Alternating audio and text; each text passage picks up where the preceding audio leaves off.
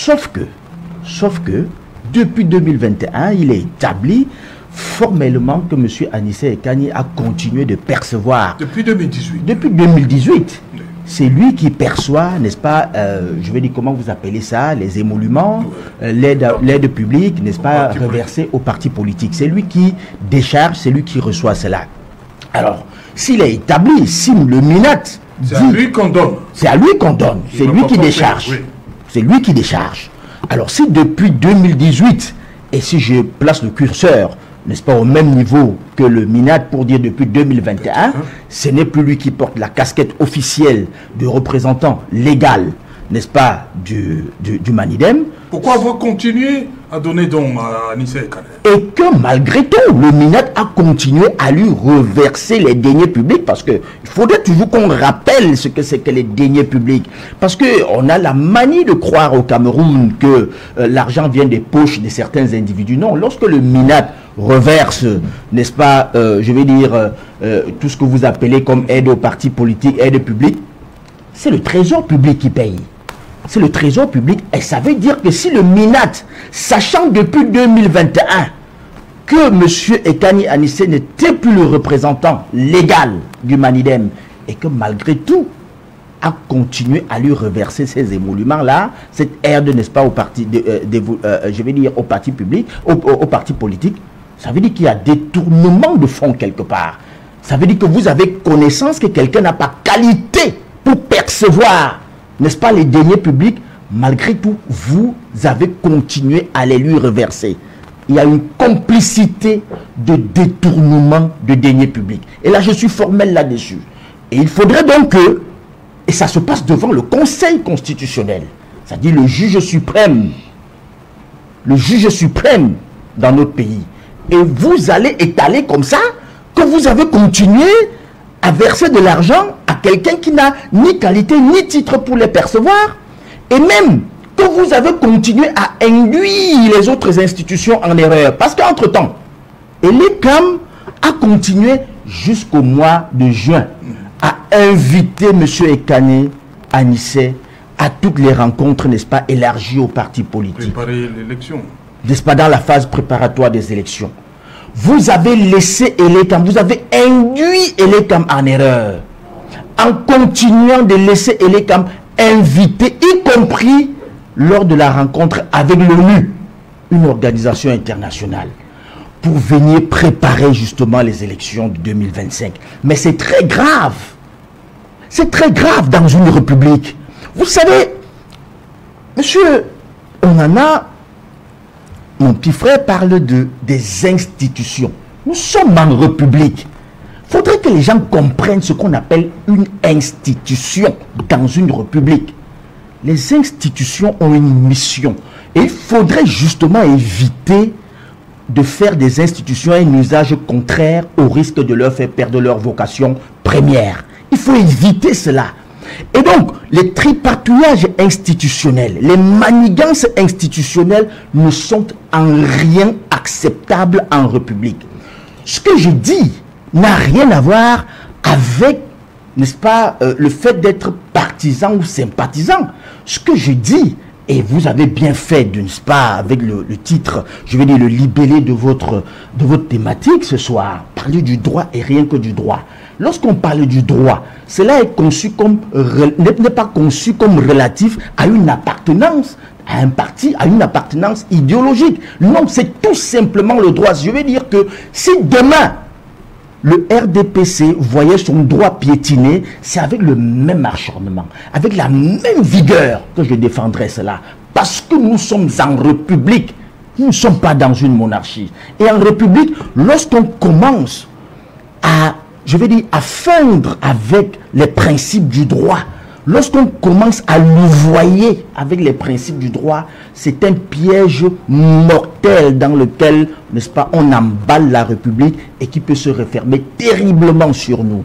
Je dis, s'il est établi que depuis 2021, le MINAT avait connaissance que M. Ekani Anissé n'était plus le représentant légal du Manidem et que malgré tout, le MINAT a continué de lui reverser n'est-ce pas, l'aide, n'est-ce pas, des partis, l'aide publique aux partis politiques. Cette question ne doit pas rester sans être adressée. Et si le MINAT a, de manière à subrepticement continué à induire en erreur les autres institutions, y compris internationales, en laissant M. Ekani représenter cette association-là au sein, n'est-ce pas, des rencontres publiques, c'est très grave. On ne devrait pas laisser cela passer tout simplement. Et donc, ayant dit cela, je voudrais dire quand même à mon jeune frère Teller, on pourrait vous retourner votre propre argumentaire. Non, c'est pas Teller. C'est pas Teller. Une autre document qu'on en a. De grâce, voilà. Je m'excuse. Oui, ça c'est Serge, tu m'excuses s'il te plaît. Naturellement. Merci. Je voudrais te dire, Serge, qu'on peut te retourner ton argumentaire. C'est-à-dire à savoir que pourquoi est-ce qu'un individu pense que le changement ne passe que par lui? Mais dis donc, lorsqu'on voit tout ce qui a été déployé contre ces mêmes individus, lorsqu'on voit tout ce qui a été fait contre lui, je veux dire contre sa personne, on est en droit de se demander, est-ce que vous pensez que sans lui, vous ne pouvez pas, n'est-ce pas, avoir une victoire? Vous ne pouvez pas remplir en 2025? Parce que je suis en train de vous dire jusqu'où une institution est défendue dans des profondeurs abyssales de l'abjection, tout simplement pour empêcher un candidat, n'est-ce pas, d'être présent aux élections. Lorsqu'on va jusqu'à ces niveaux-là, je veux dire de l'affreusité, ça pose problème. Contre un seul individu, ça pose problème. Serge, faites le tour, parce que vous avez l'impression, vous donnez l'impression que c'est cet individu qui fait publicité sur lui-même. Non, faites le tour des débats les dimanches. Mais faites à croire qu'il n'y a plus qu'un seul sujet au Cameroun. Il y a 13 candidats. Il y a 13 candidats. Serge, lorsqu'il y a eu défilé de 83, tout au plus, ou tout au moins 81 candidats devant Elecam pour déposer leur candidature, je n'ai pas vu deux ministres de la République faire des sorties immédiatement, illico presto, pour dire que non, celui-là, ça ne doit pas passer. Je dis bien, il y a eu 83 candidats qui ont défilé. Bon, les uns les plus sérieux, aussi sérieux que les autres moins sérieux que d'autres.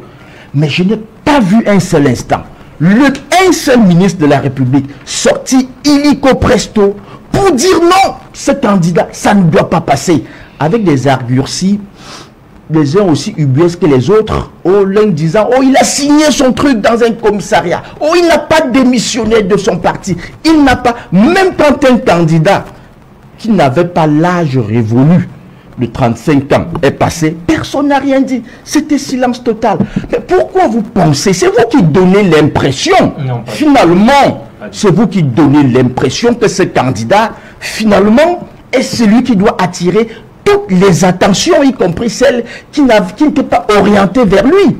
Et donc, il me semble que, en République, je le dis encore, nous devons nous accepter, nous devons être dans la tolérance. Nous ne devons pas donner l'impression qu'il y a une volonté d'ostraciser un individu. C'est très grave en République. Ce n'est pas bien. Et ce que je dis, je le dis, c'est sur le plan strict du droit et des principes de l'élégance républicaine. Ça n'a rien à voir avec un individu. Je le dis, monsieur Serge, mon petit frère, si demain vous êtes dans la même situation, avec le même acharnement, je vous défendrai parce que ça ne s'accepte pas en République. Okay. Vos droits sont pareils à ceux de tous les autres Camerounais. Merci. Voilà, justement, Loïs Onana, votre regard sur cette journée du 4. On attendait, les journaux ont dit, jour de vérité, tout allait se passer aujourd'hui. Votre perception, avec tout ce qu'on a vu, on voit depuis 10 heures du côté du Conseil constitutionnel. C'est finalement une journée particulière, c'est un peu semblable à celle du 26 juillet, jour en matière de sécurité. On a vu à Yaoundé, comme à Douala, des carrefours être occupés par des gendarmes, par des policiers. Et puis, on a compris qu'il y avait quelque chose de particulier qui allait se passer. Et donc, forcément, ceux qui n'étaient pas intéressés par l'actualité politique, on commençait un peu à regarder l'affaire de près pour voir un peu ce qui allait se dire à Yaoundé. Et donc, il y en a qui ont constaté qu'il y a des dossiers qui ont été gérés plus rapidement que d'autres et que celui relatif au Manidem aura sa solution demain dans l'après-midi. Voilà un peu ce qu'on a pu constater. Et donc, voilà. Maintenant, ce qu'il faut relever, c'est que la sympathie autour du candidat du Manidem a été renforcée, peut-être pas le Manidem lui-même, ou alors pas le candidat lui-même, Maurice Kamto. Justement, il y a Kamimim, Martin Kamimim, qui a dit comme ça dans un post que, à force de, je paraphrase, taper entre guillemets sur le pauvre Kamto, on va finir par rendre ce candidat sympathique. Exact. Kamimim. Exact. Bon, je n'ai pas vu son post. Et donc, justement, c'est un peu... La foule ne réfléchit pas. Et lorsque vous lui imposez quelque chose, elle finit par s'intéresser. Et donc, il y en a forcément qui, au début, n'étaient pas intéressés à Maurice Kamto, qui entendaient parler, mais qui n'étaient pas vraiment au courant des déboires, et qui, au fil du temps, s'intéressent à lui et à ses idées. Donc, c'est le camp d'en face qui a poussé le peuple à s'intéresser à lui et à faire croire aux gens que c'était quelqu'un de sérieux. Bon, est-ce qu'ils ont raison, ils sont tort? Moi je pense que tout dépend de quel bord on est. Pour ma part, je constate quand même que c'est le candidat qui semble être le plus sérieux. Sinon, quelqu'un l'a relevé là, pendant le défilé des 83 candidatures, on n'a pas vu un seul tweet émanant des ministres pour soit saluer deux membres du gouvernement, soit saluer, soit dénigrer un candidat ou alors une candidature. C'est lorsqu'on a vu Maurice Kamto se présenter que tout de suite on a vu des suites sorties soit du Grégoire Owona, soit encore de Jean de Dieu Momo, et une fois de plus ça a poussé des internautes et bien d'autres sympathisants de la chose politique à s'intéresser à Maurice Kamto. Qu'est-ce qui peut justifier un tel acharnement? Sans doute, c'est la pertinence, l'influence du candidat ou de l'homme politique Kamto. Si c'était un homme transparent, je ne suis pas sûr qu'il aurait tant de réactions venant des membres du gouvernement. C'est plusieurs parce qu'on est convaincu, on sait pertinemment qu'il a des idées qui convainquent, qu'on cherche à l'écarter. Mais il faut rappeler ceux-là qui ont en charge ce dossier-là et qui, sans doute cette nuit, auront des fautes de tractation. Ça sera une nuit très compliquée pour eux. Comment vous le savez? Parce que... Comment ça, compliqué? Compliqué parce qu'il faudra, comme le dit le nôtre libéré, le droit rien que le droit, ils sont en califourchon entre dire le droit tel qu'il est,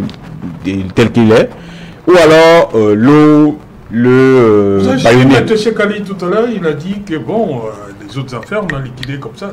Oui. Pourquoi pour le Cassis, on est obligé de mettre en délibéré? Alors, j'imagine qu'on a mis en délibéré question de mieux encore questionner les arguments qui ont été avancés. Mais est-ce qu'il faut attendre un droit juste? J'ai envie de répondre par l'affirmatif et par la négative. Oui, parce qu'il est possible que la voix de Mme Kouafégué que vous avez évoquée à l'entame soit entendue et que... c'est la doyenne d'âge. La doyenne d'âge, qu'elle soit écoutée. Il est possible que cela soit dit maintenant. Mais la doyenne d'âge n'a pas seulement interpellé le Conseil électoral, elle a interpellé également les CAM, qui sont chargés d'organiser... Tous les acteurs. Suivant les règles établies. Même nous, la presse, elle nous a dit que nous devons... jouer notre rôle, nous également. Les partis politiques, ils doivent mobiliser. Voilà. Laurentine Kouafégué a interpellé tous les maillons de la chaîne, le processus électoral. Voilà. Et donc, on se dit, si les gens écoutent dans la voix de la doyenne d'âge, cette voix-là, logiquement, devrait demain déboucher sur la validation de Maurice Kamto. Mais seulement lorsqu'on regarde un peu la genèse du problème, vous croyez qu'on s'achemine vers ça lorsqu'on met en délibéré là? Ce n'est pas exclu. Mais en fait, lorsque vous regardez... On n'a pas de tranché aujourd'hui. Justement, j'ai parlé de tractation nocturne, question de voir est-ce que il y a encore un brin d'objectivité dans la justice camerounaise. Sans doute, cette nuit sera une nuit, on aura la décision finale. La nuit la plus longue. La plus longue, la plus complexe.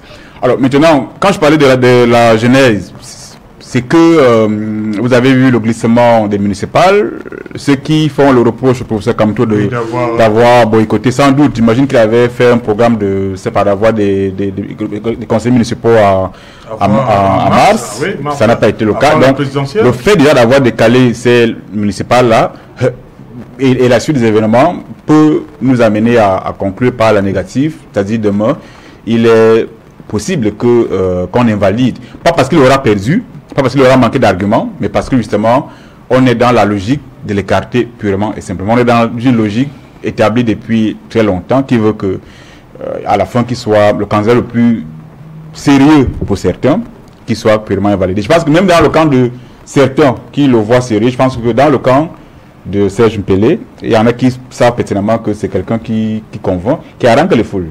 Et donc, il est question de l'écarter. Donc, il faut leur rappeler que avec on a dit que c'était le président des petits partis politiques. Si c'était le cas, si c'est un petit parti politique, si c'est le cas, donc, que le droit soit dit, et si ce droit-là est véritablement dit, Maurice Kamto sera validé. Bon, maintenant, il y a des éléments qui nous poussent quand même encore à rester dubitatifs. C'est déjà le piratage entre les griffes du site internet. Et donc, moi, je dis, si c'est le site a été piraté, eh bien, tranquillement, qu'est-ce qu'on fait? On fait une mise à jour du site internet et on remet les informations qui s'y trouvaient avant le piratage. Et donc, si c'est le cas, eh bien, le nom de Anissé Ekane réapparaîtra. Et si le nom réapparaît, le problème est carrément résolu. Donc, quand vous parlez piratage, du côté de Minat, on dit que depuis 2021, c'est Dieudonné Yebka. Non. Le site, c'est vrai, il y en a qui ont estimé que ce n'était pas un argument, ce n'était pas un élément qui pouvait justifier. Le piratage, c'est en faveur de qui? C'était en faveur de Yebga. C'est son nom qui a été introduit. Non, quand on vous dit que c'est Yebga qui est là depuis 2021. Là, c'est le ministre qui le dit. Oui. Et quand on dit donc qu'il y a eu, on a piraté le site, à quel moment? En 2025. En 2025. Oui. Parce que c'est le communiqué que j'ai vu émanant du MINAT parle le 25 juillet. J'imagine que le site a donc piraté, c'était récent le piratage. Oui. Donc si c'était récent, ça veut dire qu'on peut réactualiser le site et y remettre des infos qui se trouvaient avant. Mais comme on est dans une logique d'exclusion injuste, je ne vois personne en train de réactualiser ce site-là. Le problème est simple à mon avis. Qu'on réactualise le site internet, qu'on y mette des informations qui s'y trouvaient avant et le problème sera résolu. Même s'il y en a qui estiment que ce n'est pas un argument qui puisse tenir, parce que j'ai vu beaucoup de documents émanant du MINAT qui circulent et sur lesquels on reconnaît la présidente du Manidem Anissé Ekane. Et donc, je pense que c'est simple qu'on assemble ces éléments-là. Le MINAT ont dit que c'était à la période 2018-2021. Bien. Dans ce cas, donc, j'ai joint Edmond Kouyaté. Il faudrait qu'on culpabilise le MINAT d'avoir financé un imposteur entre les griffes. Parce que il n'y a pas de document on ne peut pas continuer à financer quelqu'un qui n'est pas le président d'un parti. Ça passe comment? Qu'est-ce qui a justifié que les fonds soient remis à chaque fois à Anissé Ekane? Il n'y a pas d'argument. Ça veut dire que, en fait, ce jeu doit prendre fin purement et simplement et incriminer le MINAT. L'information que j'ai là-dessus, c'est que tout se serait joué à Yaoundé au cours d'une séance de sport où le MINAT aurait décidé purement et simplement d'écraser certains partis politiques. Et là, ça semble se confirmer. Comme on est en République et qu'on est en démocratie, le jeu logique voudrait qu'on accepte la candidature qui pourrait, à mon avis, donner plus de saveur à notre présidentielle en 2025. Exclure Maurice Kamto, c'est déjà reconnaître la faiblesse du camp d'en face. C'est reconnaître que si vous avez une élection présidentielle au cours dans laquelle Maurice Kamto est engagé, c'est reconnaître déjà qu'on est perdant. Donc, il faut donc écarter le potentiel gagnant. Sans jouer la partie, sans jouer le match? Sans jouer le match. C'est un peu injuste, une fois de plus. Et souligner à la fin que ceux qui, cette nuit, devront décider. Ça va se décider de la nuit? J'imagine. Devront se rappeler que l'injustice, lorsque vous l'encouragez, vous avantage un temps, et au moment donné, elle peut se tourner contre vous. Il y en a qui sont aujourd'hui en prison à Kondengui, qui hier encensaient le système judiciaire, qui a fini par les broyer. Et donc, tenant compte de Thémis, l'allégorie de la justice, l'impartialité, l'équité, revenir à des meilleurs sentiments, oublier tout ce qui s'est passé comme tractation au niveau du MENAD et reconnaître que le candidat du Manidem, c'est bel et bien Maurice Kamto, et que on continue, on attend la présidentielle. En ce moment-là, donc, il reviendra aux Camerounais, en fonction des offres politiques des uns des autres, de choisir celui-là qui sera habilité à défendre notre pays. Voilà, Maître Chekali, est-ce que vous êtes confiant, vous êtes serein? Mise en délibéré, est-ce que vous êtes serein? Serge Alain, vraiment, je voudrais, il nous regarde. Oui. Pas seulement les 11 membres du Conseil constitutionnel. Les gens qui prennent les décisions là, ils nous regardent.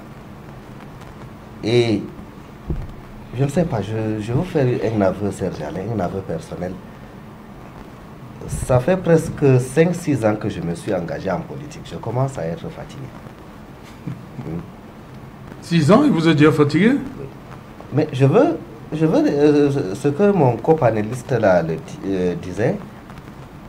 Quand vous avez parlé de l'acharnement, l'extraordinaire acharnement, la déferlante de haine et tout qu'il y a contre Kamto et le MRC, vous ne pensiez pas si bien le dire.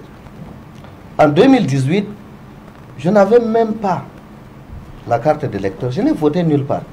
Je n'étais inscrit sur aucune liste électorale. Certains dignitaires du RDPC m'avaient inscrit sur les listes électorales dans la Damawa. Parce que de passage là-bas, j'avais perdu ma CNI, je l'avais renouvelée. C'est après que j'ai reçu un SMS d'un ancien député qui... Bref, j'y passe. Mais en 2018, je n'étais pas dans la politique, aucun parti politique.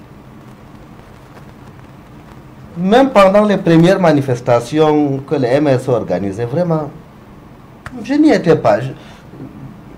Je faisais ma petite vie tranquillement, j'étais jeune avocat. Mais le jour où on a tiré sur les militants du MRC, Ndoki, Ndjamen, Ngankam, c'est ce jour-là que je suis entré en politique. Et je crois que j'ai fait autant de mal qu'un civil peut faire. J'ai fait tellement de mal au régime qui nous gouverne. Et je peux vous dire que plus la répression contre Maurice Kamto, plus cette répression devient féroce, cruelle et inhumaine, plus la population prend fait et cause. Parce que c'est le propre des êtres humains de prendre le parti de celui qui est injustement persécuté. Vous venez de citer un journaliste. Martin Kamimi. Martin Kamimi. Camus Mime n'avait pas la réputation d'être un tendre envers les MRC. Je peux même dire que des hommes de médias, il était l'un de ceux qui étaient les plus durs contre nous. Mais vous voyez, en réalité, nous faisons comme les judokas, nous utilisons la force brute, la force animale de l'adversaire pour le terrasser. Je profite pour vous dire que aujourd'hui on a interpellé des dizaines de militants du MRC. Juste parce qu'ils venaient pour écouter, pour voir ce qui se passait au Conseil constitutionnel. Comme vous le savez, la retransmission en direct du procès au Conseil constitutionnel a été sauvagement interrompue. Et c'est ce qu'on appelle en politique les effets pervers. C'est-à-dire, vous visez un but, vous pensez consolider ce pouvoir que vous détenez amoureusement, langoureusement depuis 43 ans. En réalité, ce pouvoir est en train de leur échapper. Je leur dis, le MRC vise le changement dans la paix et par les urnes.